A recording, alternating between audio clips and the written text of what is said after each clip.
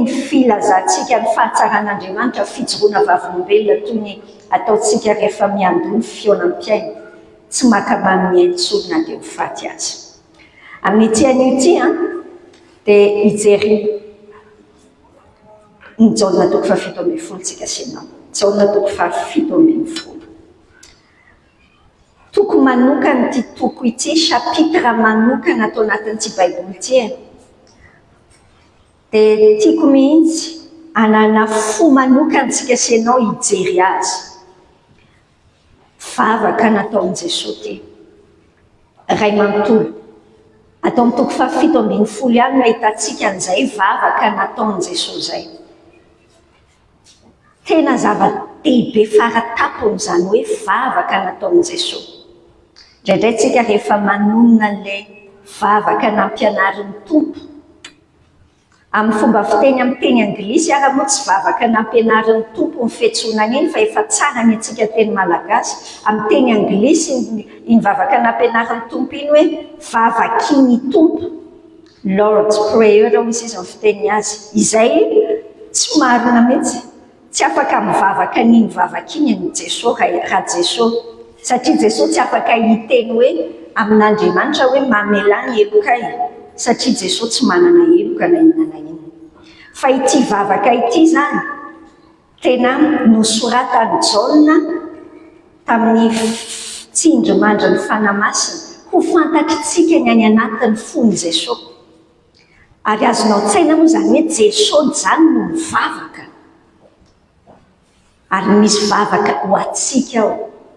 Ho resantsika tsara zay fa tsy misy hoe mivavaka trop zany, dao mbola hivavaka indray aloha, dia hiditra ao anatin'izay tsika, hianatra amin'ny Jesosy tsika.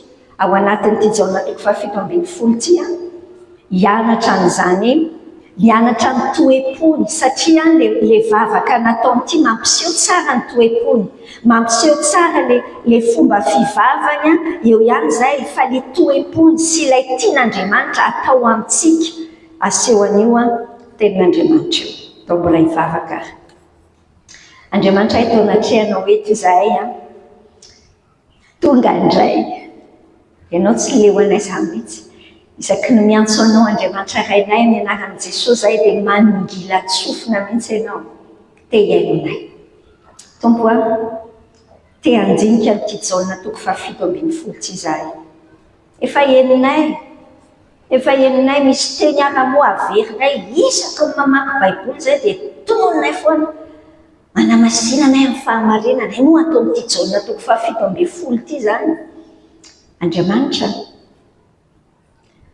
tianay tsy handalo fotsiny izao minitra hipetrahanay eto amin'ny fanatrehanao izao. Fa ho azonay ny fonao. Ary voarainay sy ampitombo ny finoanay. Izao vavaka nataonao mba ho henin'ny mpianatra, ho heninay Andriamanitra, nisoratanao tao anaty baiboly. Alohan'ny andehananay amin'izay herinandro masina, dia tianao zahay hianatra.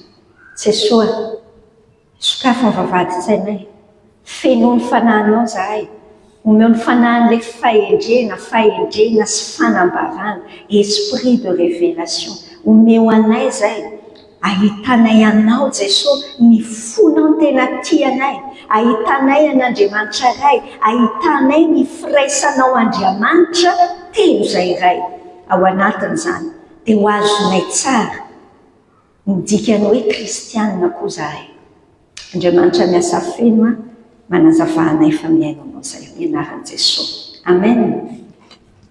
Ahoare andao jerentsika ny Jaolina toko 7 avadio any amin'ny baiboly misea, misy andininy 9 ao anatin'io dia andehanantsika tsikelikely. Ny zavatra voalohany teneniko anao aloha dia ity hoe vavaka nataon'i Jesosy. Ray manontolo mizara anankitelo io Jaolina toko 7 andininy voalohany hatramin'ny 5 vavaka nataon'i Jesosy ho an'ny tenany. Isy Andriamanitra fotsiny eo zany. Ny andininy 9 hatrary amin'ny andininy 7 dia vavaka nataon'i Jesosy ho an'ny mpianany. Izy raiky ambin'ny folo ny mpianatra tamin'io satria efa tsy misy Jodasy intsony teo. ary ny anjiny faharoapolo hatramin'ny fahaenina amby roapolo dia vavaka nataon'i Jesosy ho an'izay hino azy aty aoriana. Ho antsika senao midika an'izany. Ny zavatra voalohany raisintsika dia izao. Hitanao nanomboka tany amin'ny jaona toko 7:20 tsika, hoy aho taminao hoe ilay fotoana farany niarahan'i Jesosy tamin'ny mpianatra manan-karena be ilay izy. Jaona toko 7:20, 4:19, 4:20. Nanome teny fampaherezana be da be ny tompo. Nanome teny fanomanana ny mpianatra izy hoe izao no iseho andeha zareo, tsy afaka alehanareo ny alehako. Nanome teny fampaherezana izy hoe nareo tsy ho irery akory nareo. Nanome teny fikasana fampanantenana izy hoe andefa mpananatra. Nanome teny fikasana ny aminy hoe inona ny antsoina hoe vavaka. Tsy mbola nangataka zavatra tamin'ny anarako nareo izy fa mangatangy amin'ny anarako hoe omeko anareo zany. Teny be da be toy izany. Izay tena mino aho fa afaka mandritry ny herinandro masina manentana anao avereny vakina izay soratra nosoratanao. Dia vereny vakina mihitsy ilay texte atsika Jaona 3:20, 4:20, 5:20, 4:20, tenan'i Jesosy. Fa hitanao zany teny rehetrarehetra zany. Fantatrao moa hoe ny teny raha amin'izao fotsiny izay mihitsy ilay ampianarin'ny tompo amintsika. Fa maninona no ny faranan'i Jesosy tamin'ny vavaka? Jaona ihany no mandrakitra an'izany. Satria tia no hitantsika mihitsy hoe ny vavaka no fitaovana anatanterahana ny teny. Ny zavatra noteneniny rehetrarehetra teo aloha. Hitanao ny anjiny voalohany amin'ny toko 7:20 hoe rehefa vita nolazain'i Jesosy zany teny zany, dia nanandratra ny masony izy dia mivavaka. Ny vavaka ravako no fitaovana hahatanteraka ny teny. Jesosy ny modely amin'izany. Dia zany no tiako amporisihana anao. Tsika senao hianatra amin'i Jesosy, zany ny ataontsika ao anatin'ity Jaona toko 7:20 ity, hianatra amin'izay fomba fiadin'i Jesosy sady hianatra ny aminy ray manontolo koa moa e. Dia hoy aminao, efa hainao izy fa veriko tsara, omeo toerana amin'ny fiainanao tsara ny vavaka. Ianao mananatra ny zanakao hoe teneninao an'izao rehetra hoe aza manao izao dia izao atao. Lazay koa anao, tsisy dika sakaiza. Raha ohatra ka miteny fotsiny ianao, fa fahasoavana be ilay mianatra amin'i Jesosy. Avadio vavaka, hoeto am-bavaka, hoeto am-bavaka. Ny vavaka no fitaovana hanatanterahana, manatanteraka an'ilay teny. Dia izay no nentin'i Jesosy ilay vavaka. Jesosy aza manao an'izany, fa maika afa-tsika.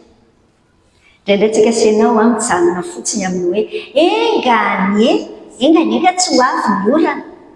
Lazay koa anao izany engany izany tsy mandaitra ninina mihitsy, fa mandaitra be raha tonga dia ataonao vavaka ilay teny. Vavaka. Izay no ny fanamariana voalohany tiako hoentina aminao. Ny zavatra ndao raisitsika tsirairay ary, tsy hoe tsirairay be inona fa mandeha andalana fizarazarantsika.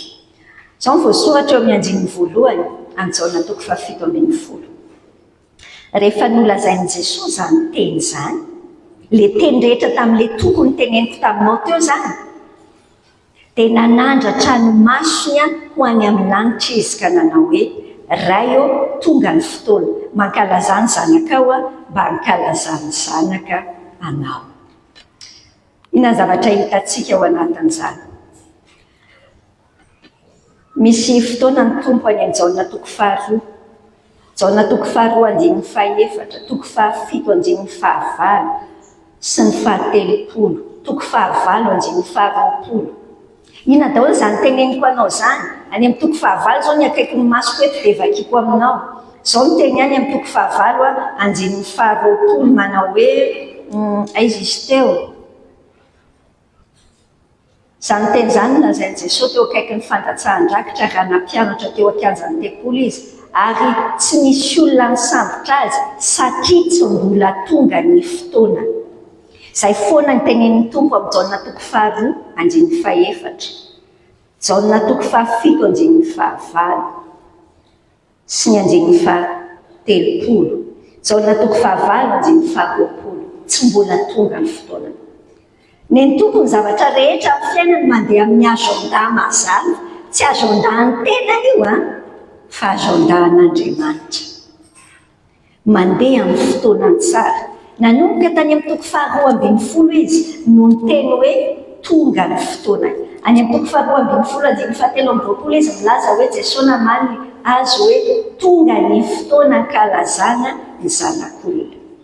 Ho amin'ity fotoana ity indrindra, mila tsaronao tsara izay ilay nianarantsika ity alohan'ny hidirantsika amin'ny herinandro masina.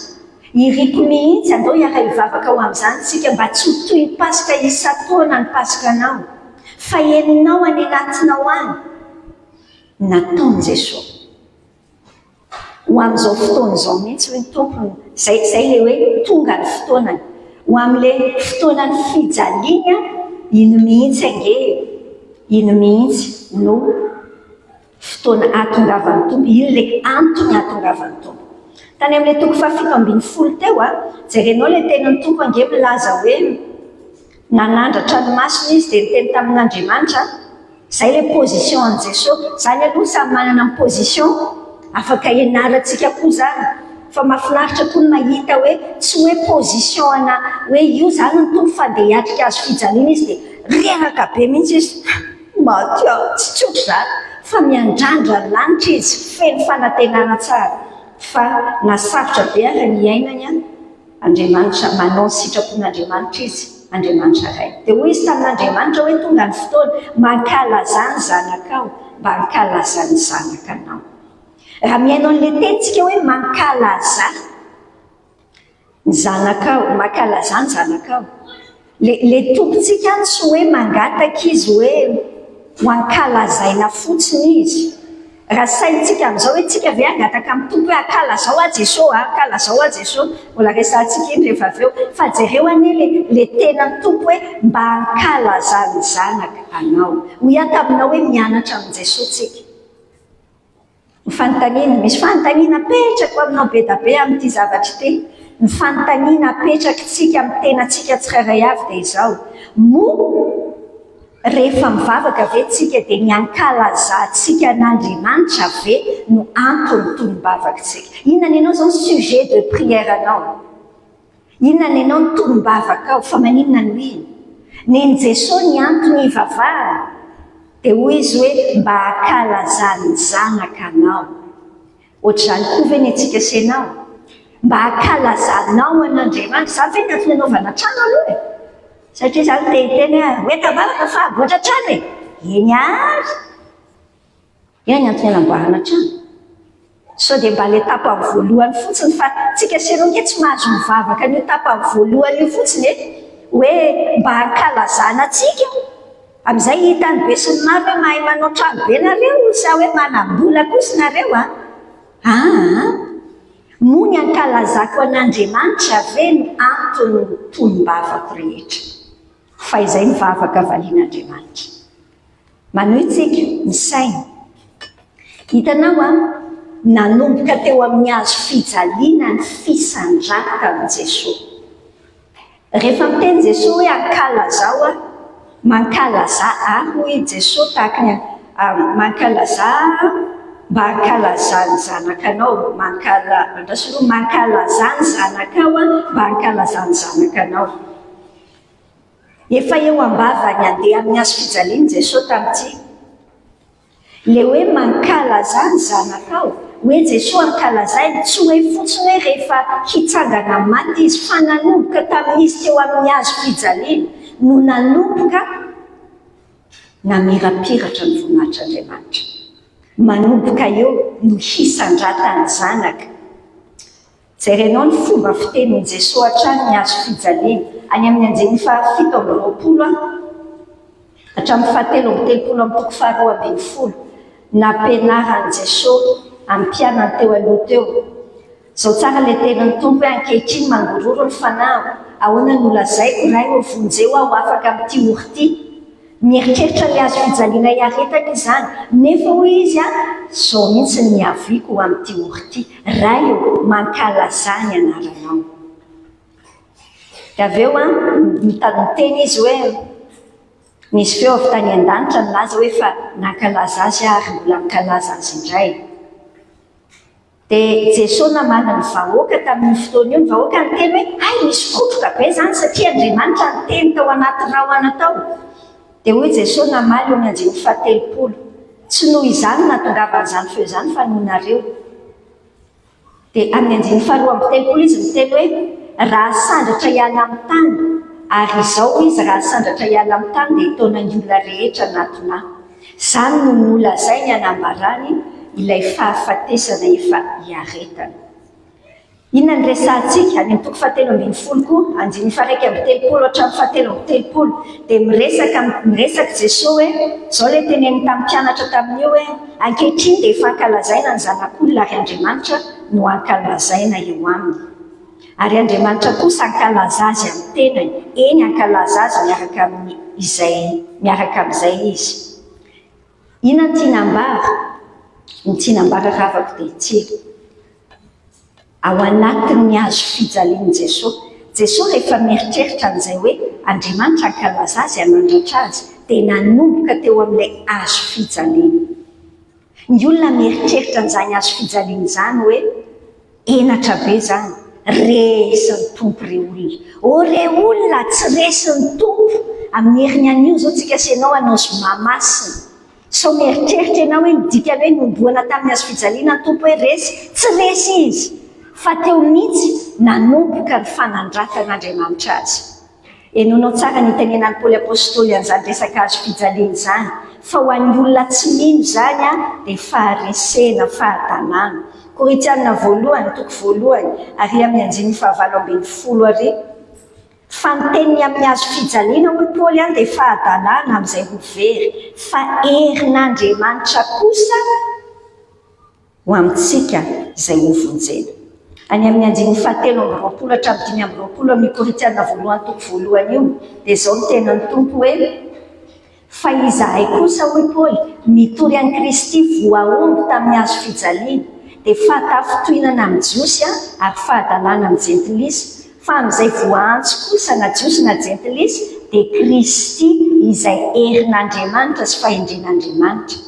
Fa ny fahatanan'Andriamanitra dia endriny ny an'ny olona ary ny fahalemen'Andriamanitra mahery ny olona. Inona ny ambaran'izany? Ny azo fijaliana. Izay ilay andraisantsika n'ity mihitsy alohan'ny rahantsika manao herinandro masina. Ny azo fijaliana ny herintsika kristianina. Teo ny nandresen'i Jesosy, teo ny naminaovan'Andriamanitra porofo mazava fa masina sady fitiavana izy no masina. Teo amin'ny azo fijaliana, natambatr'Andriamanitra teo izany, mampamirapiratra ny voninahiny. Ny saina ny fiainantsika senao. Tenen'ny tompontsika hoe raha misy tahanaraka ao Jesosy amin'ny Luka 4:10 dia ahoana? Tsy azo antsoina hoe mpianatra ny tompontsika raha tsy mitondra ny azo fijaliantsika koa dia manaraka amin'i Jesosy. Tsy izay? Dia mianatra amin'ny tompontsika, impiritsika. Ndreo dia mbola ao anatin'izany ianao.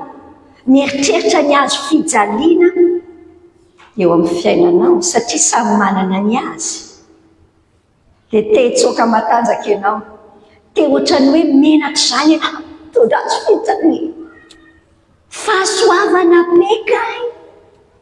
Raisinao ny fanandratan'Andriamanitra anao ve ny fahoriana lalovanao? Sa le mampikikika anao miteny hoe soriako tery sorty. Raha afaka ndao hianatra amin'ny Jesosy tsika. Fa i Jesosy manana fijeriny azo fijaliana hoe nanomboka teo ankalazao ary Andriamanitra. Manino tsika senao raha mivavaka ohatr'izany rehefa tonga ny fahoriana, rehefa tonga ny fijaliana. Ina zao mampijaly an'se? Misy dia maninona raha ohatra ka andao hiaraka hivavaka zany tsika hoe tompo ankalazao ao anatin'ity mba ankalazako anao. Tsy hoe ankalazaina hoe ianao misandratra tsy miankina amin'Andriamanitra fa zay le an' Jesosy le an' Jesosy le hoe mankalazany zanaka tsy hoe le zanaka ny te hizesta ireareo hoe jereo kely zay azafady fa mety tsara fa ny antony hankalazany an'Andriamanitra ary ho hitantsika mandeha manaraka eo an-trano moa hoe miankina trano amin'ny an'Andriamanitra izay voninahiny izay. Ndao hianatra an'izany tsika manoloana ny zavatra sarotra amin'ny fiainantsika. Raisintsika ho fanandratan'Andriamanitra antsika ve ny fahoriana nanaovantsika io. Mamaky ny andiny faharoa sy fahatelo indray ary tsika senao. Izao ny soratra. Araka ny nanomezanao azy fahefana amin'ny nofo rehetra, le azy nanomezanao ny zanaka io satria miresaka amin'Andriamanitra zany io Jesosy miresaka amin'Andriamanitra. Araka ny nanomezanao azy fahefana amin'ny nofo rehetra mba hanome fiainana mandrakizay ho an'izay rehetra nomenao azy. Ary izao ny fiainana mandrakizay dia ny mahafantatra anao izay Andriamanitra tokany sady marina sy Jesosy Kristy izay efa nirahanao. Inona avy ny zavatra raisintsika senao ao anatin'izany. Teneniny teo hoe nomen'Andriamanitra araka ny nanomezanao azy fahefana amin'ny nofo rehetra. Ianao ve izany tenin'Andriamanitra zany? Manana fahefana amin'ny nofo rehetra Jesosy. Nisy fijoroana vavolombelona teo aloha teo ny amin'ny zanaka tsy endry fa novain'ny tompo tamin'ny fomba mahagaga. Fantatrao ve zany? Manana fahefana amin'ny nofo rehetra. Any amin'ny ohabolana any dia tenenin'Andriamanitra hoe ny folo mpanjaka aza hono ireo olona ohatran'ny rano eo an-tanan'Andriamanitra. Ny Jesosy antsika senao manana fahefana amin'ny nofo rehetra. Efa mialo lalana sahady izy ny amin'ilay ho ataon'Andriamanitra aminy. Fa Jesosy moa sady Andriamanitra 100 isan-jato n'olona 100 isan-jato. Le Filipianina toko faharoa itenenan'Andriamanitra amintsika tamin'ny alalan'i Paoly an'ilay hoe aoka ho aminareo izao saina izao izay tao amin'ny Kristy Jesosy koa. Ny hetry farany ambany indrindra ny tompo dia tenenina ny amin'ny andininy faha-raika ambin'ny folo. Andininy fahasivy. Rehefa ny hetry farany ambany izy dia hoy izy hoe koa izany no nanandratan'Andriamanitra azy indrindra sy nanomezany azy ny anarana izay ambony no ny anarana rehetra mba ho amin'ny anarany Jesosy no ando alehan'ny lohalika rehetra na ny any an-danitra na etsy an-tany na ny any ambanin'ny tany sy aneken'ny lela rehetra fa Jesosy Kristy no tompo voninahitr'Andriamanitra. Mampahery aloha zany sy mitadidy atao anaty lohako ato. Manana fahefana amin'ny nofo rehetra ny Jesosy tompoko. Ao anatin'io jaolina toko fahafito ambin'ny folo io koa andininy faharoa hatramin'ny fahatelo tenen'ilay tenin'Andriamanitra hoe araka ny nanomezanao azy fahefana amin'ny nofo rehetra mba hanome fiainana mandrakizay ho an'izay rehetra nomenao ahy. Tsika senao zany kay. Tsika kay nalain'Andriamanitra aloha tsika. Petera voalohany toko faharoa hoe olona nofidian'Andriamanitra tsika. Jaolina toko fahafiry ny 5:10 andininy faha 1:10 tsy tsika no mifidy an'Andriamanitra fa Andriamanitra no mifidy atsika. Andriamanitra ray mipetraka tsara mihitsy ny amin'ny Trinité na ny telo izay iray. I Andriamanitra ray zany no nifidy atsika. Ny fidintsika dia nataony cadeau nomenan'i Jesosy Kristy. Fanomezana omen'Andriamanitra an' Jesosy no olom-bo afidy. Dia avy eo ny anjara andraikitry Jesosy, izay le Trinité misy personne anankitelo. Atao hoe olona ve nefa tsy hoe olombelona ilay izy fa misy personne telo. Fa samy manana olona samy hafa mihitsy. Ny ray, ny zanaka, ny fanahy masina. Fa tena anankiray. Samy hafa. Indraindray rehefa mandinika ilay izy zany amin'izay fahatakarana kely ny lohantsika senao dia sarotra be mihitsy ilay izy. Dia isaina ianao hoe Andriamanitra ray zany no tena sefo be indrindra. Dia Jesosy ohatran'ny sefosefo kely. Dia ny fanahy masina hirakiraka. Ohatria, tsy ohatran'izay akory hoe misy fahasamihafana ny autorité na ny hoe ny fahalebiazana hoe lehibe ngeza be Andriamanitra ray dia Jesosy eo amin'ny antonotony dia fanahy maihy tsy ohatr'izay fa tena Andriamanitra samihafa anankitelo le izy kanefa anankiray ihany mitovy fa ny anjara ndraiky samy manana ny azy fa tena iray mihitsy le izy nefa iray tsy takatry ny lohantsika mihitsy fa dia reo Jesosy fa rehefa tonga ny an-danitra dia takatritsika ihany izany alafa fa mahafinaritra be koa hoe tsy takatry ny lohantsika raha takatry ny lohantsika ry dia tsy Andriamanitra tsony izy fa ao anatiny Andriamanitra zany no mifidy atsika ny ray dia manome atsika cadeau an' Jesosy dia tenenin' Jesosy any amin'ny toko fahaenina amin'ny Jaona fa hoe zay omenao an'Andriamanitra tsy misy ataoko very. Ny asan'i Jesosy dia manome fiainana mandrakizay ho an'izay manatona azy.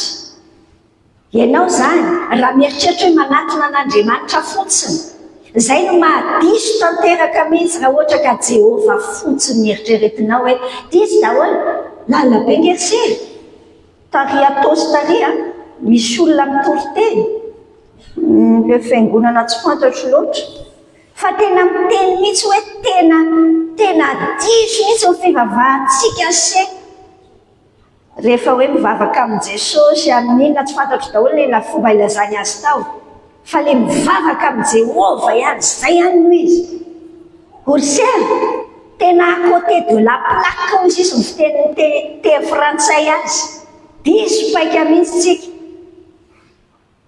zay koa le averimbery aminao fa ny Silamo zao manao Ramadan mitady an'Andriamanitra mivavaka amin'ny alà mafy dia mafy tsy ny Andriamanitra ny kristianina sy zany alà zany fa sy hoe ianao mieritreritra tsy ny Andriamanitra tena izy dia Andriamanitra rain' Jesosy Kristy ary raha te anatona an'Andriamanitra ray dia tsy maintsy amin'ny alalan'i Jesosy Kristy fa Andriamanitra no mifidy anao omenan'i Jesosy dia Jesosy manome fiainana anao dia rehefa mahazonao fiainana dia ny fanamasina apetrany any anatinao dia amin'izay ianao miray amin'Andriamanitra manadala kanefa za mihitsy manadala ho le Korintiana voalohany teo fahadalana ho an'ny olona tsy mino zany fa zany herin'Andriamanitra ho famonjenantsika tazomy fiainanao zay fantatrao fifaninonao tenen'ny tenin'Andriamanitra mazava ny antsoina hoe fiainana mandrakizay ny antsoina hoe fiainana mandrakizay sa hoe ianao mieritreritra hoe fiainana mandrakizay galina lanitra fa tsy zay indraindray zany tsika sy ianao mieritreritra fotsiny teo any an-danitra fa matahotra ho any amin'ny afo be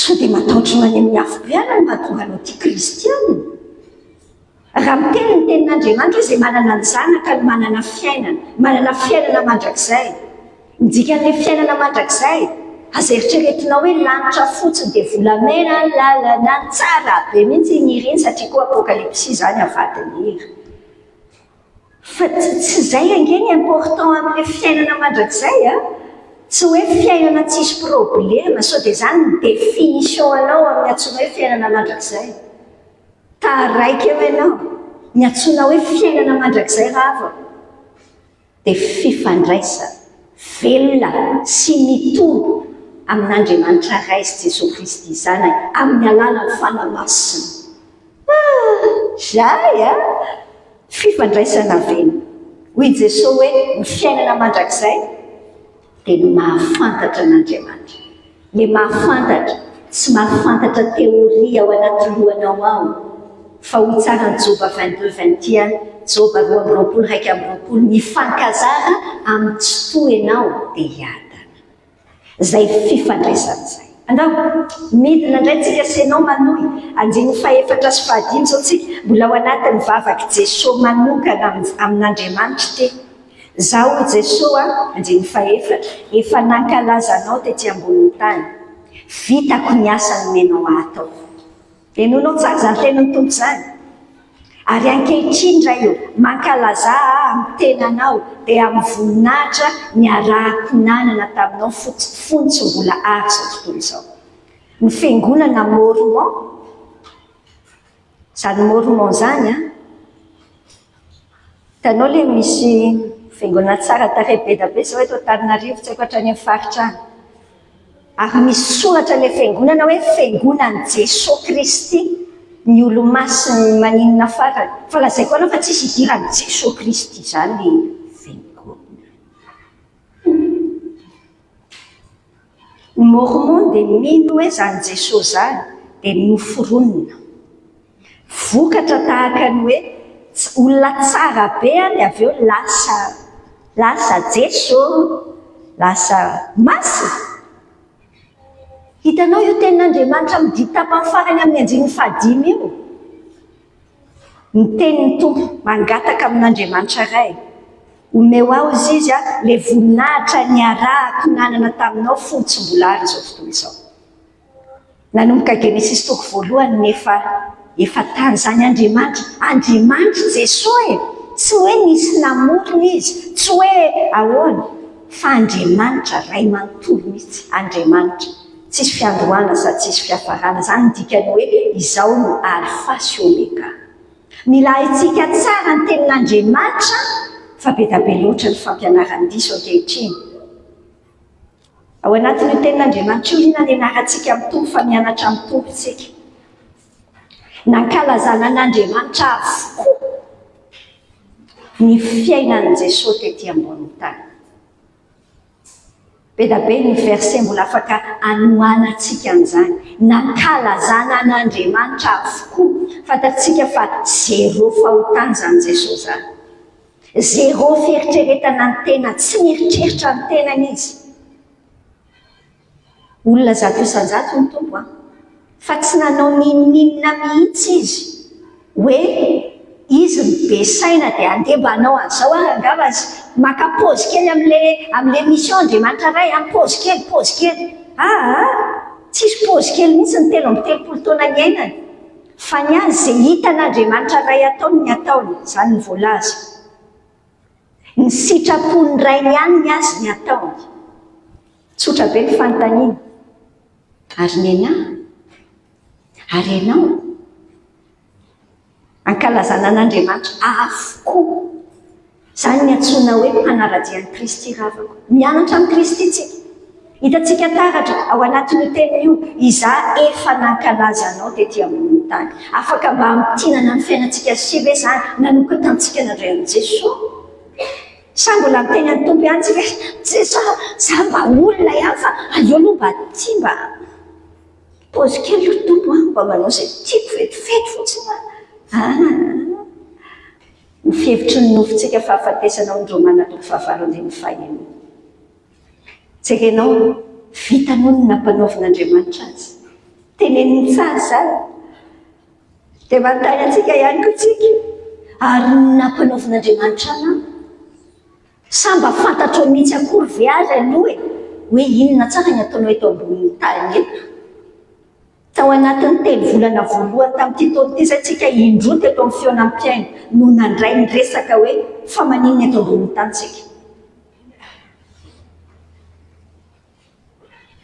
Ianao zany fa maninona eto ambonin'ny tany ianao. Ka manao izay tokony ataonao fa izany ianao ty. Manao izay ampanaovin'Andriamanitra. Izay nge ny antom-pisintsika sy anao hoe manao izay ampanaovin'Andriamanitra anao venao eto ambonin'ny tany eto. Sany mbola tiatsika sy anao ihany ataontsika. Dia atsotsika fotsiny Tompo hoe taio le izy, Tompo taio le izy. Fa izay tiaka ihany mianatra amin'ny Tompontsika, vitany azy ny nampanaovin'Andriamanitra ray azy, ary ny anao nampanaovin'Andriamanitra anao vitanao ve. Manohy ihany tsika se. Aiza zao tsika mbola amin'io 4 sy 5 io ihany. Inona ny zavatra resahantsika hoe tenenin'ny Tompo averimberiny ao anatin'ity teny ity hoe nankalaza ny ray izy. Dia teneny hoe mankalaza ny zanaka, ankalazany anao, mampiverimberina foana izay. Le hoe mankalaza hoe manome voninahitra. Ho an'i Jesosy teneny hoe za efa nankalaza anao tety ambony tany, vitako ny asa nomenao ahy ataoko. Ankehitriny raha eo mankalaza amin'ny tenanao. Neny Jesosy ataony mifaningotra amin'ny an'Andriamanitra hatrany ny voninahitra. Le voninahitra ho an'i Jesosy ahanky ny feno amin'ny an'Andriamanitra ny voninahitra. Tsy miaina maleo tenan'Andriamanitra mihitsy izy, fa tena miankina feno amin'Andriamanitra.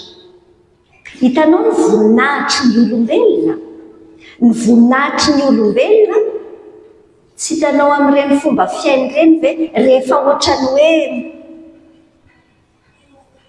mahavita tena rery izy, izay izy ny tena ohatrany be voninahitra. Nahavita fianarana ohatr'izao mihitsy, nahavita trano, nahazo diplôma ohatr'izao. Ny olona ny voninahiny dia eritreretiny hoe rehefa tsy niankina tamin'izany izy io fa heri-pony samy reriny nahavitany an'io. Tahaka ny fomba fiteny tsotra azy hoe dingo-drambo be. Oravako, voninahitra tsy izy kay izany.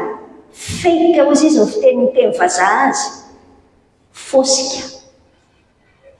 Fa ny voninahitra tena izy izay ianarantsika amin'i Jesosy dia ny voninahitra miankina amin'ny voninahitran'Andriamanitra, miafina ao ambadiky ny voninahitran'Andriamanitra. Rehefa mipoitra ny voninahitran'Andriamanitra dia mahazo voninahitra.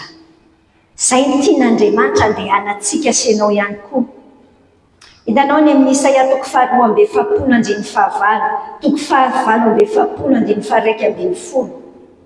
Tenenin'ny tenin'Andriamanitra hoe io Andriamanitra io sampiavo amin'ny voninahitra. Miverina amin'ireo Isaia ireo na 42:7 na 7 hoe ny voninahitro tsy omeko ny hafa. Matoa Jesosy manipika ny maha-Andriamanitra ny Jesosy ihany izany izao eto amin'ity miaraka amin'ilay andiny tapany farany tamin'ilay andiny fahadimy teo. Matoa Jesosy tenenin'Andriamanitra hoe ankalazaina ao amin'ny Jesosy ny anaran'Andriamanitra. Jesosy mangataka an'ilay voninahitra ary nomen'Andriamanitra azy soa aman-tsara izay dia satria Andriamanitra mihitsy io Jesosy. Jaona voalohany 1:1 hatramin'ny 7 anie enonao hoe tamin'ny voalohany ny teny ary ny teny tao amin'Andriamanitra ary ny teny dia Andriamanitra. Jesosy izany teny izany. Izy dia tao amin'Andriamanitra tamin'ny voalohany, mitovy amin'ilay lazainy teo hoe hiverina any amin'Andriamanitra amin'izay izany izy izao any amin'ilay voninahitra niarahany tamin'Andriamanitra tamin'ny voalohany. Izy ho nahariana ny zavatra rehetra. Jesosy daholo izany. Ary raha tsy Jesosy dia tsy misy nahariana izao zavatra ary izao na dia iray azy. Any amin'ny Kolosianina nefa akitsika sy ianao vetivety manampy antsika be izany. Atonga ny finoantsika sy ianao mitoetra tsara amin'ny tena izy. Kolosianina 1:5-10 hatramin'ny 7-10. Jesosy izy no endrik'Andriamanitra tsy hita, nilahy matoa talohan'izao zavatra ary rehetra izao. Fa tao aminy nahariana ny zavatra rehetra any an-danitra sy ety ambonin'ny tany, dia ny hita sy ny tsy hita, na fiandrianana, na fanjakana, na fanapahana, na fahefana, izy no nahariana ny zavatra rehetra sady ho azy izany. Ary izy no talohan'ny zavatra rehetra sady ao aminy no aharetany zavatra rehetra. Tahirizy tsara daholo izany teny rehetra izany. Sao dia misy témoin de Jéhovah te hiaray hevitra aminao. Fa manazava mazava izany ny maha-Andriamanitra tsisy resaka. Le akan'ny Jesosy le hoe zanak'Andriamanitra, tsy hoe ambany no Andriamanitra izy. Na Andriamanitra latsaka fefany, tsy latsaka fefany. Tena Andriamanitra izy, fa maka an'izay toeram-piasana, titrana asa ataon'i Jesosy fanavotana antsika izay zanak'Andriamanitra izay. Fa izy dia tao amin'izany rehetra izany ary ho azy nahariana ny zavatra rehetra, ny voninahitra dia azy rery ihany. Ka raha ohatra ka misy olona tsy manaiky an'i Jesosy, dia tahaka ny mamelaka te hamainan'Andriamanitra izany hoe tsy ilaiko ny Jesosy anao, tsy tafiditry ny lanitra sy tsy possible. mandrositsika senao anjeny fahenina hatramin'ny fahavalo zao tsika. Zao ny tenany tompo, naseho ako tamin'ny olona izay nomenao avy tamin'izao tontolo zao. Efa vavaka ho an'ny mpianatra 1.10 lahy zao tsika. Naseho ako tamin'ny olona izay nomenao avy tamin'izao tontolo zao. Efa makoko azy tsy mety.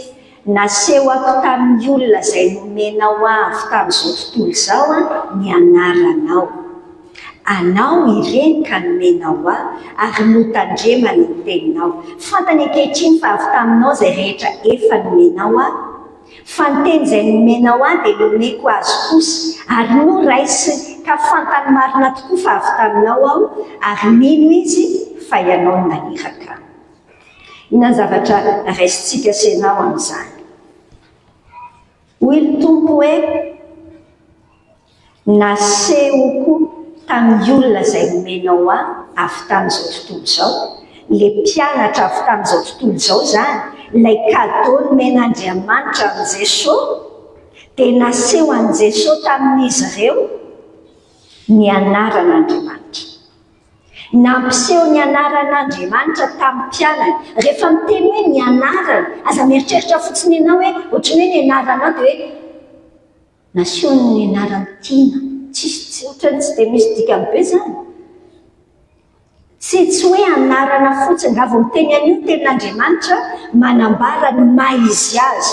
Izany hoe nampisehony Jesosy tamin'ilay mpianany cadeau nomen'Andriamanitra azy, ny maha izy azy an'Andriamanitra.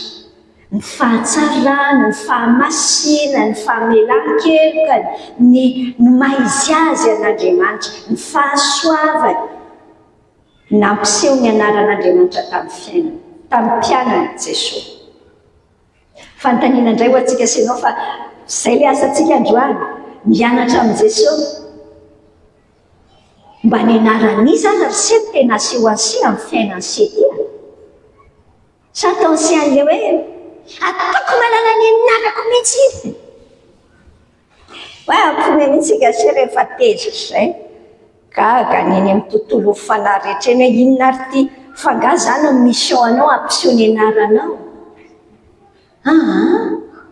Anaran'iza no asehonao amin'ny fiainanao. Ny anaran'i Jesosy verava. Le anarana tsy hoe tonontononina fotsiny isaky manao zavatra zany dia tononona foana mandro vary. Jesosy mandro vary mandro. Amin'ny anaran'i Jesosy mandro vary. Tsy ohatran'izay. Tsy ohatran'izay, tsy tonontononina fatany. Fa inona ny dikany? Le fiainanao ve mampiseho ny karakteran'Andriamanitra ka raha ohatra ka mijeranao ny olona dia mahita hoe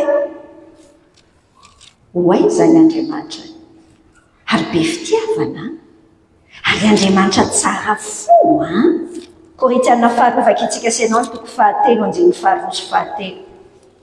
Korintiana faharoa toko 7 anjeny 7. Enonao ny tenin'ny Paoly, nareo no epistilinay, voasoratra ato am-ponay sady fantatra sy vakian'ny olona rehetra. Eny, aseho epistilin Kristy izay entinay nareo. Tsy nosoratana tamin'ny ranomainty anefa fa tamin'ny fanahin'Andriamanitra velona. Tsy teo amin'izay tena vato fisaka, fa teo amin'ny vato fisaka nofo dia ny fo. Enao zany, epistily ianao, taratasy misokatra, vakiana fotsiny hoe filazantsika azy. Ina zao ny ianao vakiana fotsiny amin'ny fiainany se? So dia mbola fahakizy tiana na raha tena vakiana fotsiny amin'ny fiainany se ty.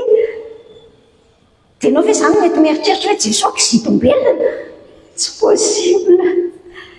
Mierittsika se mampiseho ny maha izy azy an'i Jesosy. Mianatra amin'izany tsika. Zavatra hitantsika amin'ny anjeny fahenatra amin'ny fahavalo koa. Tena hoe niankina tanteraka tamin'Andriamanitra rainy. Le mission an'Andriamanitra rainy, le zavatra niteneny dia ataon'i Jesosy. Niankina tanteraka, miverina hatramin'izay. Ary tsy piatsika satria izay no fototry ny fahotana tao amin'ny Genesis toko 7. Genesis toko 7 mamerimberina aminao hoe tsy resaka hoe satria nihinana paoma tsy tokony nohaniny, tsisy miteny koa hoe paoma les urgères. Tsy tsy le resaka hoe tsy hoe mihinana le zavatra tsy azo hoanina ingeny fahotana iny zavatra fisehoana fahotana fotsiny fa ny fototra ny fahotana dia satria tsy nety miankina amin'Andriamanitra te hiaina indépendant nga Adama sy Eva te hiaina tsy miankina amin'Andriamanitra fa fantany ny tsara sy ny ratsy te halala ny tsara sy ny ratsy fa i Jesosy rehefa tonga Adama vaovao tetỳ ambony tany dia nampiseho tsara ny ohatra Jesosy aza nanao an'izany tsy manao zavatra ninninina izy raha tsy hita ny ataon'Andriamanitra ray raha tsy tenenina mahazo ny teny izy hoe ty ny atao dia ty maika fa tsika ndao iainantsika izany fa zany ny secret amin'ny fiainana total dépendance miankina tanteraka zany ingeny finoana ny dikandriavako hoe miankina tanteraka amin'Andriamanitra manohy tsika midia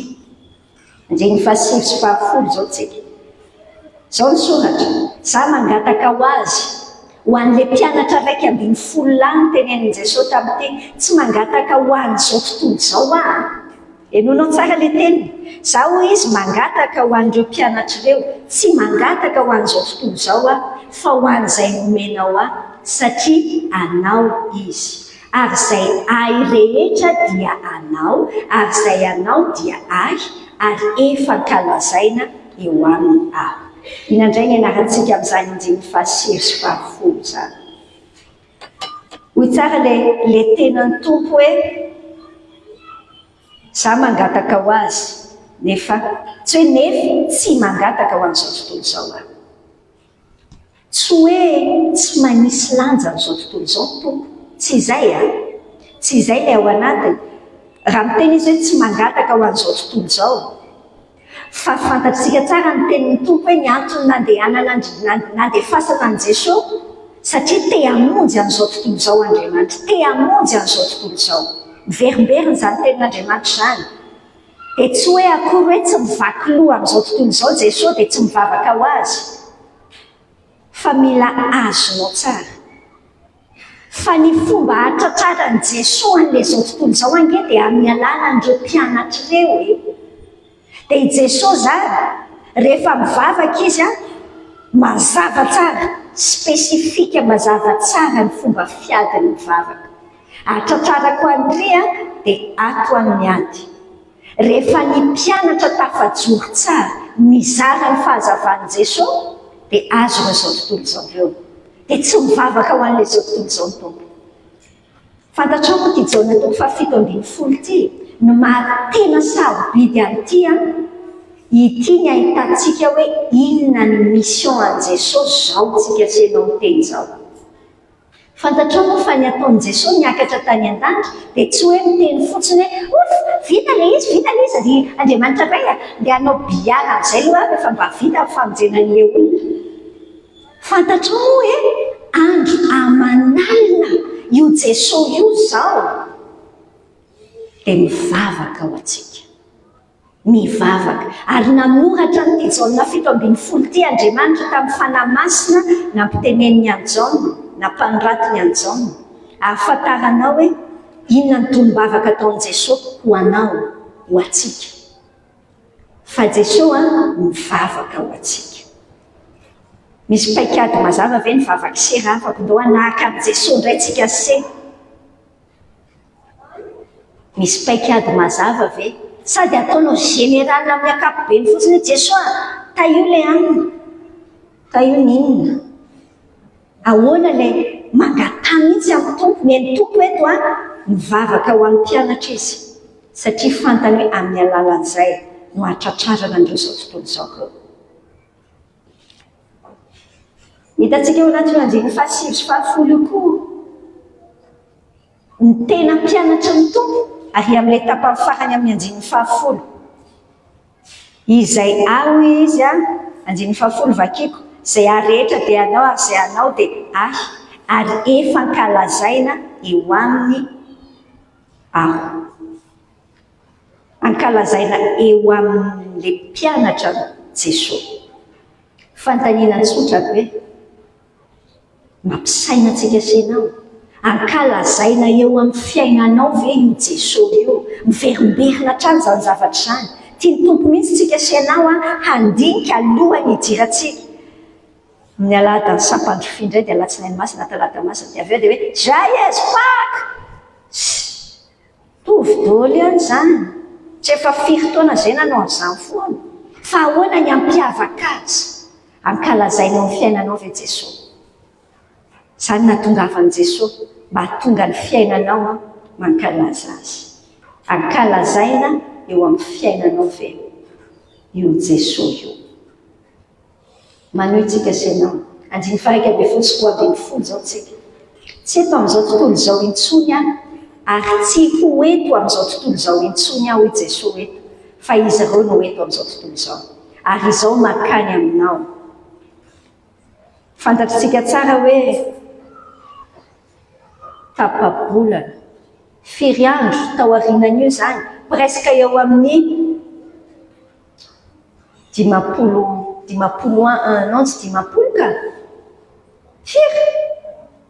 Firy jour ao aorianan'io tapabolana sa tsy fantatro. Ao aorianan'io dia hiakatra ny lanitra ny Jesosy. Ao aorianany mivavaka teny amin'io. Soma maraina be mety any amin'ny 12 alina ny lakamisy folo zoma no nanao an'ity vavaka ity ny tompo. Efa hiakatra ny lanitra tokoa izy. Dia hoy izy amin'Andriamanitra hoe ray masino, misy anarana iatsony an'Andriamanitra samihafa mihitsy ao. Ray masino tehirizo ireo amin'ny anaranao izay nomenao ahy. Mba ho iray ihany izy tahaka ny maha-iray antsika. Raha mbola teo aminy dia nitahiry azy ireo tamin'ny anaranao izay nomenao ahy. Ary nitandremako izy ka tsy misy very afa-tsy ilay zanaky ny fahaverezana ihany mba hatanteraka ny soratra masina. Inona ndraisintsika senao anatin'izany? Jesosy no mangataka amin'Andriamanitra. Dia aleontsika senao tonga saina tsara. Jesosy no miteny amin'Andriamanitra hoe tahirizo ireo. Ny zavatra mazava amin'izany, tsy hainao mihitsy akory no natao hatahiry ny tenanao na ovinana oviana. Hitanao azoko ilay tenin'Andriamanitra hoe azoko, tsy haiko loatra, mbola verifieko kely fa tsy haiko loatra tenin'Andriamanitra ve ilay hoe mihazona famonjena. Mbola verifieko fa tsy mbola njereko analaligniko tsara. Fa fomba fitenitsika mazany zany. Hoe azoniko mihazona ny finoantsika, tazonina ny finoana. Fa ny famonjenanao ve hoe eritreretinao hoe ianao ny atazona azy? Aza mieritreritra an'izany ianao fa tsy vitanao zany. Tsy mahatahiry tenanao ovinanao ovintsika. Ary io tenin'Andriamanitra io vavaka Jesosy io manipika atsika tsara. Fa azo antoka ny famonjena ho an'izay olona nandray marina an' Jesosy. Azo antoka hoe voavonjy ianao. Za aloha dia hampirisika anao isaina an'izany foana. So ianao mbola tavelany amin'ny stade no hoe manao an'izao afa sao dia verany amin'ny afo be, sao dia verany amin'ny afo be. Orsea, efa manana an' Jesosy ve ianao? Efa film efa dépassé ilay hoe sao dia verany amin'ny afo be. Tian'Andriamanitra raha izay ny zavatra ianantsika tsy afaka makatoa an'i Jesosy mihitsy tsika. Tian'Andriamanitra tsika sianao hanana antoka. Fa rehefa nandray an'i Jesosy ianao, dia voasoratra ao anatin'ny livre de famille any lanitra ianao izay. Tsisy mahafafa an'iny. Fa satria Andriamanitra no mitahiry, matoa tenenin' Jesosy eto io teny io. Dia eritreretina hoe Jesosy hoe mangataka hoe tahirizo ireo, dia Andriamanitra ray zany hiteny hoe azafady ake Jesosy fa ohatran'iny aloha tena votsitra ilay ray iny. Nampome be iny fa votsitra. Orsea, tsy anjaranao. Tsika sianao ny anjarantsika mianoka tsara, makafy an'ilay famonjena nomeny Jesosy atsika. Ny mahatonga atsika hoe voatahiry dia hoy izy hoe tehirizo amin'ny anaranao. Averiko ihany, midika an'ilay hoe amin'ny anaranao dia manambara ny maha izy azy an'Andriamanitra. Ny anaran'Andriamanitra no mitahiry atsika. Ny maha izy azy, Andriamanitra tsy miotsona izy. Rehefa miteny izy hoe izay omen'Andriamanitra an'i Jesosy io tsy misy maharombaka azy eo an-tanany. tsisy marombaka anse matoky manompo tsara. Averiko mihitsy hoe misy fotoana miaino an'izany ny olona rehefa miresaka ny fahazaonantoka ny famonjena io, misy tsy tian'izany be da be, misaina hoe aza miteny an'izany fa tahaka ny manome alalana hoe mahazo manota zany fa tsy matahotra afo be tsony. Zaho se tsy matahotra ny afo be tsony a, fa zaho tsy te hanota tsony. Mety hilatsaka amin'ny fahotana fa tsy te hanota tsony. Tsy possible anana fandriana manota ianao raha ohatra ka efa le vovaovao an'Andriamanitra ny ao anatinao. Raha ohatra ianao ka miaino an'izany dia hoy ianao hoe marina tena tsy very tsony aho zany. Okay, taira fandehanao ratsy dia hitako ny tenendria. Raha izay dia hoy aho taminao hoy aho aminao tsotra, mbola tsy nateraka indray tsotra zao fotsiny ianao, mbola juste hivelany fotsiny fanekenao an' Jesosy hoe tomponao sy mpamonjinao izy, dia mila miditra lalina ianao fa raha tsy izany very. Jodasy raha avako, io Jodasy io mantsy dia ohatra foana indray, mety ohatra lazaintsika hoe mety efa eo amin'ny Jesosy ohatran'ny Jodasy mihitsy, dia very indray. Jodasy lazaiko anao a, tsy hoe votsitra akory Jesosy, votsitra akory Jodasy teny amin'ny tanan'i Jesosy teny, fa i Jodasy mihitsy ny efa tsy niraikitra tamin'i Jesosy. Efa nianarantsika izany tany amin'ny Jaona toko 17 naseho amin'ny tompo antsika tsara, na tany amin'ny Jaona toko 5:20, ny sampana rehetra eo aminy, satria sampana ohatrany hoe nskotrena teo amin'ny Jesosy fotsiny Jodasy fa tsy nivoaka tany amin'ny Jesosy tany. Tsy nino an' Jesosy izy na niaraka tamin'i Jesosy 3 taona be ary. Iza zany zao ny ianao ny tena hiankinanao, hiazonanao, ty hitahiry anao, ianao sy ny ezakao ho kristianina. Nde mbola ezaka ihany sekely ho kristianina. Ohatry ndao hiankina amin'ny nataon'i Jesosy, dia hiankina amin'Andriamanitra mitahiry antsika. Zavatra manaraka raisitsika sarobidy ao anatiny eo mba ho iray ny mpianatra. Averin'ny tompo io rehefa mivavaka ary amin'ny andininy manaraka re izy, mba ho iray ny mpianatra araky ny maha-iray an'i Jesosy sy ny ray. Le hoe ho iray, aza diso hevitra mihitsy ianao rehefa misaina an'izany.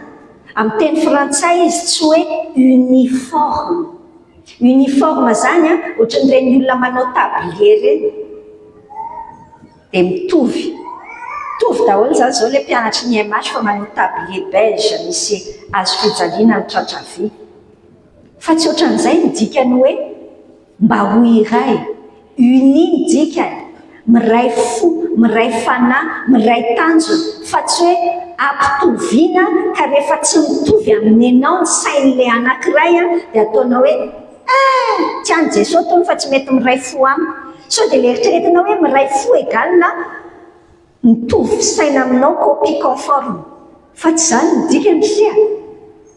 Samy men'Andriamanitra fanomezam-pahasoavantsika dia ohatran'izay mihitsy, ohatran'ny vatana hoy ny filazantenin'Andriamanitra azy, ny vatana ny corps. Raha ohatra ka maso daholo ty vatanao ray manontolo ty teraka zany le olona dia pe-andrasa azy ohatr'izao le zazakely teraka, tonga dia maso be daholo izy rehetrarehetra, atsipon'le rasazy ery ngamba loza. Soa ihany fa tsy izany ny filiny. Dia reo Jesosy amin'ny fahasamihafana aminareo mivady, amin'ny fahasamihafana ianao ke mampiomehy mihitsy dia davinao hitovy aminao mihitsy ho vadinao io, dia teneninao ilay tenin'Andriamanitra ka hoe mba ho iray ihany ny tsika asianao fa maninona ny lohanao tsy mitovy amin'ny ahy mihitsy. Ny firaisan'i Jesosy ny ray no fenitry ny firaisako amin'ny mpino hafa. Jesosy Andriamanitra tena samy hafa, tsy hoe anankiray dia ny tapany Andriamanitra ray dia ny tapany ny zanaka, fa samy hafa, personne roa samy hafa, fa tena miray tanjona, miray fo, miray fitiavana. Fanamasina mbola nazavanyizany bebe kokoa ny anaty lohantsika sefa. Zay le izy tsy uniforme fa uni. Rehefa mitambatra le izy dia manome sary tsara tarehy. Zay le izy. Ndao tsika senao androso fa mbola lavitra ny dia androsotsika. Mandroso any amin'ny andininy 7:20 indray aho zao. Ny andininy 7:20 vakiko aminao le andininy 7:20 zao ny soratra hoe fa ankehitriny makany aminao aho ary zay teny zany no lazaiko eto amin'izao tontolo izao mba hanana ny fifaliako tamiteraka aminy. Inona zany no tenentsika amin'izany? Tiany Jesosy ho tanteraka ato anatintsika, ao anatin'ny mpianatra ny teneniny teto, fa tsika koa aty anatiny mandray an'izany. Tiany Jesosy ho tanteraka ao anatintsika ny fifaliana. Mianatra amin'ny Jesosy tsika. Tiany Jesosy hiainantsika le Nehemia 9:10. Zao le teny any hoe ny fifaliany Jehovah ny fiarovana mafy ho anareo. Mora reraka be nge senao ty rehefa tsy mameno antsika ny fifaliany Jesosy hiatrehantsika n'isan'androntsika mora adalainy devolo mihitsy, manomboka fahasorenana kely fotsiny. Avy eo dia gaga ianao fa ohatry ny efa nivavaka ihany mba hiety ny raha miboaka be ohatry reny volcan reny ianao teo. Avy eo ianao feno fanenena fa ny fifaliany Jehovah nataonao taiza. Fifaliany Jesosy tiany ho tanteraka ao anatintsika izay. Mora reraka be tsika senao rehefa tsy mameno antsika io. Verifio amin'ny fotoana rehetra mameno anao ve vokatry ny fanazany sakay zany. Fifaliana tsy foroniny zany. Nenahy io ny tahaka ny ijereko anazy mihitsy hoe ao tsara ve rehefa sososotry zay efa teneniko anao mbienombeny zay fa tsaroko hoe frustration na hoe fahasorenany égal mandeha amin'ny nofo zay tsika.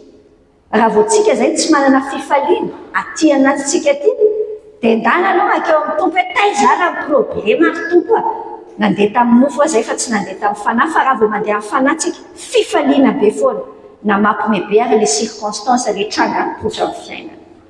Tiany Jesosy ho tanteraka ao anatintsika ny fifaliana. Raiso ny fifaliany Jehovah ny fiarovana mafy ho anao. Tandremo ianao mora reraka. Mandeha antsika senao 5:12 indray zao manomboka mamaky aminao. Efa nomeko azy ny teninao ary halan'izao tontolo izao izy satria tsy naman'izao tontolo izao tahaka tsy naman'izao tontolo izao. Izaho tsy mangataka aminao mba hampiala azy amin'izao tontolo izao fa mba hiaro azy amin'ny ratsy. Tsy naman'izao tontolo izao izy tahaka tsy naman'izao tontolo izao. Matony zavatra averin'ny tompo amintsika. Indroa ao anatina andalana kely anankitelo kely io. Misy antony zany. Misy antony. Inona ny tenen'ny tompo amintsika? Ny zavatra hitantsika aloha dia ity hoe efa nomeko azy ny teninao. Zany ny teny amin'ny 4:12. Ny tenin'Andriamanitra ray ny hatrany no nizarainy Jesosy tamin'ny mpianany. Dia samy mba miverifie kely. Ianao zany tenin'iza ny tena zarainao amin'ny olona mifanerasera aminao. Sa mijery fa sao dia mbola lozana mifosafosa tsika senao ty tsy manam-potoana amin'izany antsika. Mentsika koa ndao anahaka an Jesosy ny teniny ray zarainy. Rehefa miteny ianao dia hoy Kolosiana hoe toy no milaza tenin'Andriamanitra. Tenenin Jesosy hoe tsy naman'izao tontolo izao tsika hoe le mpianatra tsy naman'izao tontolo izao fa halan'izao tontolo izao. Efa tenenin Jesosy zany. Ary ianao zao ahoana? Ianao ty hoe naman'izao tontolo izao sa halan'izao tontolo izao? Indraindray ianao indray mivariana hoe fa maninona ary ihany halany ihany? No aza variana amin'izany fa raha tsy izany ary no miseho dia izay any tena gaga. Hoe fa maninona ary tsika senao tiany ohatran'ny tia ny olona rehetrarehetra zany dia tianao daholo. Mahasoa zay fa mampiritreritra koa. Fa satria hoe tsika mifangaro ary dia be sy ny maro. Mahay mijoue film rehefa ty amin'ny feona mpiaino dia tena masina amin'izany. Dia rehefa any amin'izao tontolo izao dia zoto lany zany rery olona. Zafady. Tsy esorina eo amin'izao tontolo izao tsika fa arova amin'ny ratsy. Indraindray tsika senao fitany devoly amin'io. Mieritreritsika hoe sarery ny kristianina ho pesana. Dia ohatra ny reraka be ianao amin'ilay izy dia te hitokamonina. Eritreretinao hoe zany nitokan'izany zao no mety antsoina hoe fahasoavana. Hitanao tsika senao tena ohatran'ny sambo mihitsy ataon'Andriamanitra ambony ranomasina. Izao tontolo izao ilay ranomasina. Ngamba izy sambo zany hoe sivy sambo ngeo ny lakanosy io hoe sambo be ohatran'ny Titanic amin'ny letika. Tsika isenao ngeo ohatran'ny sambo e. Sambo be an'Andriamanitra ity dia mila ao amin'izao tontolo izao mihitsy zany tsika eo anatin'ilay ranomasina be. Mila ranomasina mihitsy izay vao mandeha mitsingevana io raharaha io a. Fa zao raha ohatra ka le ranomasina zany a mampandeha tsara fiainan'ilay sambo le izy rehefa mitsingevana tsara eo. Fa raha ohatra ka misy goaka le sambo se dia miditra ao anatin'ilay sambo le ranomasina dia assuré mihitsy fa manao Titanic 2 letika ny sambo. Zay le anjarantsika senao mitandrina an'izany hiarovana antsika tsy avelantsika miditra le ranomasina zao tontolo zao. Eto amin'izao tontolo izao tsika fa tsy amin'izao tontolo izao. Tsy hoe misaraka amin'ny olona, manisy fivorim-pianakaviana jinjikilintry be le any. Zafady, le hirantsika aloha zay anaovana azy ireny makarary sofina. Eny e, fa ohatran'ny sambo mandana ihany mamonjy fivorim-pianakaviana. Zay zao anao fivorim-pianakaviana kelikely fa meko amin'ny tombo tsara tompo. Ekipa tsara ny sambotsika fa andeha amin'izany tsika ndao.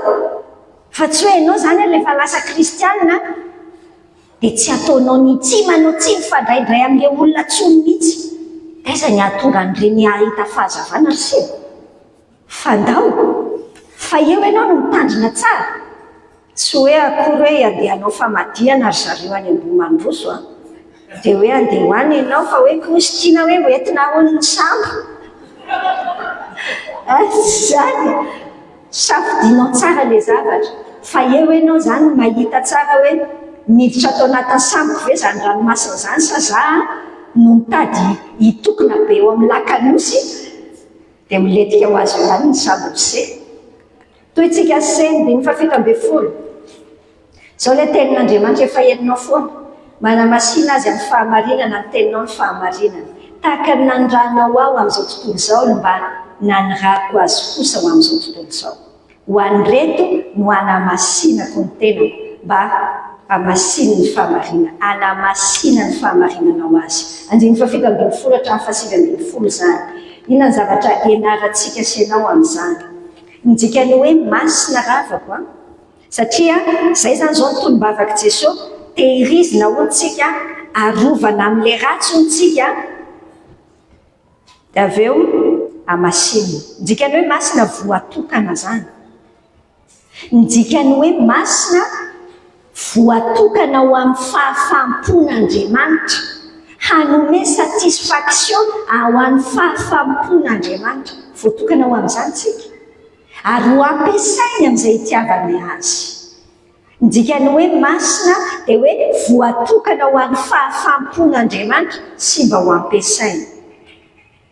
Ny ahafahantsika senao mitombo amin'izay fahamasinana izay dia rehefa mitombo ny fahamarinana avy amin'ny tenin'Andriamanitra fantatrao sy ainanao. Izay ilay tenenintsika hatrany hoe manamasina anay amin'ny fahamarinana. Ny teninao ny fahamarinana. Raha tsy ny tenin'Andriamanitra, raha tsy misy tenin'Andriamanitra ianaranao, tadidinao, saintsaininao, tsy afaka handroso amin'izay fiainam-pahamasinana izay mihitsy ianao. Mitombo ny fahamarinana avy amin'ny tenin'Andriamanitra fantatrao sady iainanao dia izay ianao no mitombo amin'ny fiainam-pahamasinana. So ianao mieritreritra hoe hametrahan-tanana lalandava isaky ny fotoana ny asa sy fampahirezana dia mety io. Zava-dehibe mihitsy ireny asa ny mpanompon'Andriamanitra ireny. Fa lazaiko anao fa tsy manamasina akory ireny. Ny manamasina antsika dia ny tenin'Andriamanitra raisitsika sy iainantsika. Tenen'ny Tompo hoe irahantsika. Tahaka ny mpianatra irahany dia tsika senao ainao tsara ny Korintiana 2:5-6 hoe iraka solon'ny Kristy izahay. Zay tsika senao zay. Ny mpianatra dia iraka, représentant, ambassadeur, iraka solon'i Jesosy ety ambony tany. Ahoana ny ahatonga antsika ho iraka mandaitra tsara, efficace fa tsy mandany ny volam-panjakana fotsiny. Be da be ny atsika eto Madagasikara mampiasa mpanjakana mandany volam-panjakana fotsiny. So ihany fa tsy tsika senao zany. Fa sao dia mandalo ny volam-panjakana lanitra fotsiny tsika sy mandaitra ny fiainantsika amin'ny tenin'Andriamanitra, torintsika rehefa manahaka an' Jesosy tsika, manahaka an' Jesosy ahoana. Tsika sianao no miaina fiainam-pahamasinana, mandaitra ny tenin'Andriamanitra torinao rehefa miaina fiainam-pahamasinana ianao. Zany le tenan'ny Tompo hoe ahoana tsara izy teo, ho an'ireto no anamasinako ny tenako izy mba anamasina ny fahamarinanao azy. Tsika sianao mitory ny tenin'Andriamanitra solo tenan' Jesosy ankehitriny, amasintsika koa ny tenantsika atokana ho an'ny Tompo, dia amin'izay mandaitra manamasina n'le olona iresantsika ny tenin'Andriamanitra koa le tenin'Andriamanitra. Ny fahamasinana raha avako ny famaritana azy tsotra, ny antsoina hoe miaina fiainam-pahamasinana, dia makatoa tanteraka, atosiky ny fitiavana tanteraka.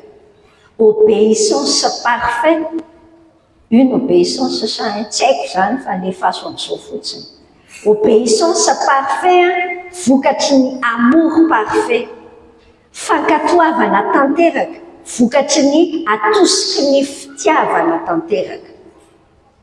Dia lasa miaina fiainam-pahamasinana ianao. Izay ny tian'Andriamanitra iainantsika. Mamaky ianao ny andinin'ny faha-roapolo hatramin'ny andinin'ny faha-enina amby roapolo farany vavaka nataon'i Jesosy ho antsika indray ity.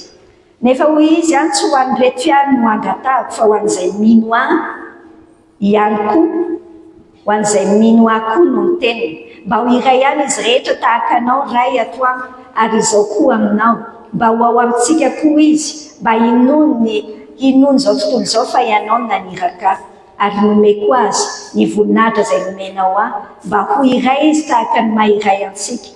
Fa izao ao aminy ary ianao ato amiko, mba ho tanteraka ho iray izy, mba ho fantatra zao tontolo izao fa ianao efa naniraka azy dia efa tia azy tahaka ny tiavanao ahy. Mandrositsika senao, hatreo aloha ny vakitsika. Inona zany zavatra raisitsika amin'izany? Nino an' Jesosy ny olona? Tsy zany ilay tiako ambara. Jesosy rehefa nivavaka teto dia nino izy hoe hisy olona hafa marobe hino azy amin'ny alalan'ireto mpianatra reto. Efa fantatry Jesosy fa hanondrany reto. Tsaronao tany amin'ny toko fahafitsika nahita nino hoe nareo ange andeha daholo e. Kanefa Jesosy teny hoe vokatry ny fitoriany reto zao dia misy olona be da be hino azy koa. Efa mino tsara ny Tompo fa hiarina ireo mpianan'ireo dia hitory ireo. Rehefa nivoninahitra Jesosy sy ny fitiavan'Andriamanitra no mifantohako izay ny anarantsika ao anatin'izay andinin'ny faha-roapolo hatramin'ny fahatelo amby roapolo izay. Rehefa nivoninahitra Jesosy sy ny fitiavan'Andriamanitra, izay no hifantohako, dia afaka tsy misy écran ny fifandraisako amin'ny mpino hafa. Afaka tsy misy elanelana fa afaka manana an'ilay firaisana uni amin'ny hafa. Raha vao ianao no mijery an'io mpino hafa io, jereo fotsiny ange ilay miray sampana aminao efa mampiozongozona ny lohanao mihitsy, sosika. Raha zany efa tonga sesy dia tsy hanao nininina misy eto tany eto, tonga dia avelao tapoka. Ny voninahitra Jesosy, le voninahitra Jesosy ao anatin'ilay fietreny, ao anatin'ilay izy milatsaka farany ambany any amin'ny hazo fijaliana. Le fitiavan'Andriamanitra izay no hifantohako dia afaka tafaray amin'ny hafa. Le zavatra tenenin'ny Tompo amintsika, miverimberina, izy ao aminahy, izy ato amiko, ianao ao amiko, dia izy isan-karazany le tenenan'ny Tompo azy. Jesosy ao amin'ny ray, ny ray ao aminy, izaho ao amin'ny Jesosy. Tonga anankiray amin'izay ao amin'ny Jesosy rehetrarehetra koa zany. le tenen'Andriamanitra tsy mpiantsara ao anatin'io le hoe iray tiany Jesosy le filamatra ny hoe Jesosy iray amin'Andriamanitra ray no aty amin'ny sary aty anatintsika koa dia Jesosy nefa atao anatintsika anka afaka mahita ny Jesosy any anatin'ny hafa dia mijery ny hafa amin'ny alalan'izay maso izay dia mamindra fo amin'ny hafa dia miantra ny hafa dia mamela heloka ny hafa rehefa izay no fisainantsika azy farany dia farany aravako anjiny 20 hatramin'ny 17 izay Jesosy ao amin'ny ray ny ray ao amin'ny Jesosy dia zaho ao amin'ny Jesosy dia tonga ao amin'Andriamanitra zany dia ohatr'izay mihitsy koa nefa nijerevako an'ilay olona ry hoe manana ny tompo izy na dia tsy mbola tanteraka ohatra azy tsy parfait sy ianao mandra-pialatsika eto fa izay maso izay rehefa ny voninahitry Jesosy sy ny fitiavan'Andriamanitra anao no hifantohanao dia tafaray tsara amin'ny mpino hafa ianao any amin'ny anjeny 4 hatramin'ny 20 hatramin'ny 9 zao vakiako aminao indray ray tiako mba ho any amiko amin'ny izay toerako ireo izay nomenao ahy mba ahitana ny voninahitro nomenao ahy izy mba ahita ny voninahitro nomenao ahy izy fa efa ty ahy ianao fony tsy mbola ary mifandrena an'izao tontolo izao ray marino tsy nahalalana izao tontolo izao fa zany nahalalana ary reto efa nahalalana fa ianao naniraka ary efa nampahafantariko azy ny anaranao ary mbola ampahafantariko ihany mba ho ao aminy ny fitiavana izay nitiavanao ahy ary izao koa ao aminy teo amin'ilay anjiny 4:20 inona ny zavatra tsy piatsika senao faniriana lalina ny anatin'ny Jesosy ny hoe iainantsika mandrakizay miaraka aminy teneniny tany amin'izao natao 4:20 zany andeha aho izy dia anamboatra fitoerana ho anareo dia alaiko nareo hiaraka amiko any tsara be zany ho ataon'ny tompo amintsika zany efa 2 taona lasa izy miteny an'izany dia tsy hoe akory hoe manao propagande adaladala ohatran'ny malagasy izy fa tena tiatsika izy dia nanomana fitoerana ho antsika ny fahafantarako ny fitiavan'Andriamanitra ny Jesosy no ahitako sy akafizako ny voninahitry Jesosy mandrakizay hitanao io Jesosy io hoy tsara izy hoe tahaka ny itiavan'Andriamanitra no itiavan'Andriamanitra ka ianareo koa azonao moa zany alalana zany 7:20 zany efa ty azy tahaka ny nitiavanao ahy ohatra ny fitiavan'Andriamanitra ny Jesosy mihitsy ny fitiavan'Andriamanitra anao dia tahaka ny hanomezan'Andriamanitra voninahitra ny Jesosy dia tiany ianao hoe ho aho amin'ny Jesosy dia miara-mandray voninahitra amin'ny Jesosy ny fahafantarako ny fitiavan'Andriamanitra ny Jesosy no ahitako sy ankafizako rehefa tsy fantatro izay fitiavan'Andriamanitra ny Jesosy izay hoe à quel point ary kaizay mihitsy ny fomba hitiavan'Andriamanitra ako dia tsy tafahitako inona ny tena filinina n'izany makany amin'ny fiainana any an-danitra n'izany miaraka amin'ny tompo dia aninona dia hoe mihira foana hono ihany etsetra lasa vesatra ho anao ohatrohatr'izany le fiainana mandrakizay le voninahitry Jesosy raha vao tsy fantatrao le fitiavan'Andriamanitra azy ny fahafantarako ny fitiavan'Andriamanitra ny Jesosy no ahitako sy ankafizako ny voninahitry Jesosy mandrakizay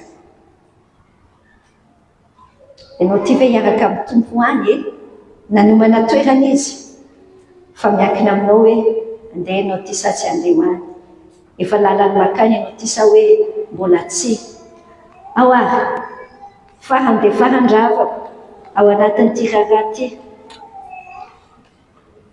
ina ny ataon'i Jesosy mampahafantatra an'Andriamanitra ray marina Jesosy zay le teneny eo amin'ny anjiny 5:20 ray marina tsy mahalala anao zao tontolo izao izy fa zany mahalala anao dia ampahafantariko azy ny anaranao ary mbola ampahafantariko ihany mba ho ao aminy fitiavana raisiko ny fampahafantarana ny anaran'Andriamanitra ataony eo amin'ny fiainako rasiny jereko aminao tsara zany averiko aminao tsara ny fiainanao eo amin'ny fiainanao, ny tranga rehetra eo amin'ny fiainanao dia tian'Andriamanitra mpahafantarana anao ny anarany. Misy an'iny malaza be ankehitriny le izy mahafinaritra be mihitsy, tsara be. Misy toetra telo averimberiny amin'ilay andiny itenenana eo ohatry ny ahoana io Andriamanitra io: Jehova Shalom, Jehova Rafa, Jehova Shama. Zany nge le anaran'Andriamanitra dia tsy hoe anaram-bositra kapetapetaka ohatrany hoe asa za zao hibosa izy amin'ny fiantsoanany, tsy ohatr'izany. Fa rehefa raisiko tsara hoe ay ve ao anatin'ity tsy fahampianatrehany amenakavy ity dia te aneo ny anarany hoe Jehova Jireh amiko Andriamanitra. Rehefa raisiko izay fampahafantaran'Andriamanitra ny anarany izay ataony amin'ny fiainako dia lasa me amoureuse aminy miraiki-pity amin'ny Jesosy. Wow, koa izany ataonao amiko ito, aseho anao amitsy hoe ianao mpiaro ahy, mitondra ny tia tena nalovanao. Mahafinaritra be rehefa izany ny maso tediavintsika andehanantsika isan'andro mitady hoe inona raha ny karaktera toetran'Andriamanitra tiany aseho, inona ny anaran'Andriamanitra. Izany ny tiany Jesosy ampianarina antsika, mbola ho ampahafantarana antsika ho ny anarany, io anaran'Andriamanitra io ampahafantarana. Mety efa hainao teoria be da be ny anaran'Andriamanitra, fa ndao hiexperimententsika mihitsy, hiainantsika fa izy zany Andriamanitra zany. Mety zany mahatonga anao anatin'ny aretina, satria tiany hiainanao hoe Jehova Rafa izy, mpanasitrana. Hiainanao mety zavatra misavombona be satria tiany hiainanao hoe Jehova Shalom izy. Raisiko ny fampahafantarana ny anaran'Andriamanitra ataony eo amin'ny fiainako, hitoerako amin'ny fitiavany ahy dia zaho aminy. Zao natoko 5:10 ray manontolo ny anarantsika izany rehefa miresaka Jesosy amin'ny hoe izy ny voalohany. Zao tsika asianao hivavaka, hisaotra ny tompontsika ny amin'izany fanazavany tompo amintsika ny any anatin'ny fon'ny Jesosy. Fantatrao moa fa zao ny tompo andro amatsiaky janona mihitsy e, mbola manonona an'izany vavaka izany eo anatrehan'Andriamanitra hatrany mivavaka ho anao. Takinina ny anatinao any rehefa hoe misy olona hoana mivavaka ho anao, ohatrany hoe mahery be zany ianao, ny zanak'Andriamanitra mihitsy no mivavaka tsy tapaka ho anao. Indraindray ianao zao kivikivy amin'ny fiainana ane tranyreraka ianao ohatrany tsy miova mihitsy zany zava-miseho zany, fa sepitra mivavaka ho anao ny Andriamanitra. Tsy hoe misy olona fotsiny mety miteny an-dranomasina ianao hoe tombavaka, fa Jesosy mihitsy no mivavaka ho anao. Zay sainy dia andao hivavaka tsika hisaotra an'izany Jesosy mivavaka ho antsika izany. Andriamanitra ray, mankasitraka anao ny anaran'i Jesosy zahay, nanomezanao anay an' Jesosy mihitsy afaka hifandraisantsika mivantana toy izao. Misaotra hoe tsy hoe teraka pomoriana izay ry tompo, Jesosy ake moa izany tsy zavatra mandeha ho azy, fa teraka tsara na fantatra anao dia nysotominao mihitsy nytominao Andriamanitra ka izay nofidinao ho cadeau dia nomenao an' Jesosy dia lasa nino an' Jesosy misaotra. Saotra Jesosy fahasoavana izany. Aza vela ho zavatra mandeha fotsiny anaty lohanay any izany, fa hoeninay mihitsy ny sandany, ny prix payenao Jesosy mba hahatonga antsika hifandray izay ho saintsainay mandritry ny herinandro masina. Andriamanitra, tena hoe mankasitraka anao zahay.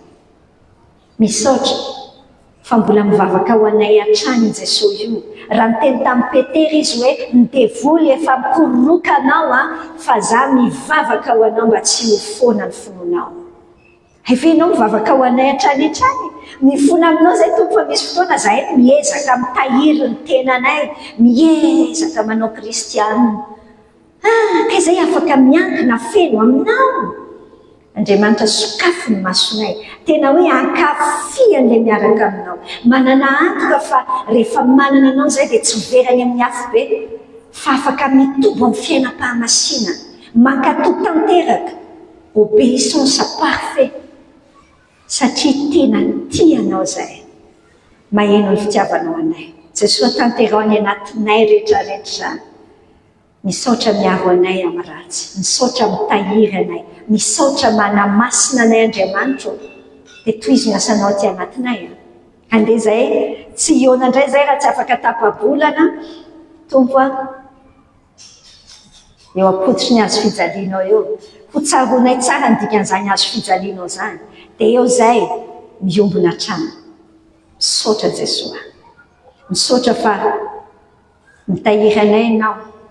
Dia mampitombo anay, expérimentenay. Misy tena hoe igaina anay zany fitiavanao zany. Dia mahita anao, mihamafantatra ny karaktera, ny toetranao zay Jesosy, toetranao Andriamanitra, amin'ilay problema be anay io. Zay ngery Tompo fa be problema tahakan'iny. Ay ve fa asoavana be io, misaotra Jesosy fa sokafanao ny masonay. Ay ao mihitsy ny amira-piratanao ny voninahitra ao io problema mpiainanay io. Ok, misaotra. Jesosy, ndreto zay zay nge rehefa miaravava koatra zao dia mahery ery. Fa rehefa mivoaka ny efitrano zay mora reraka.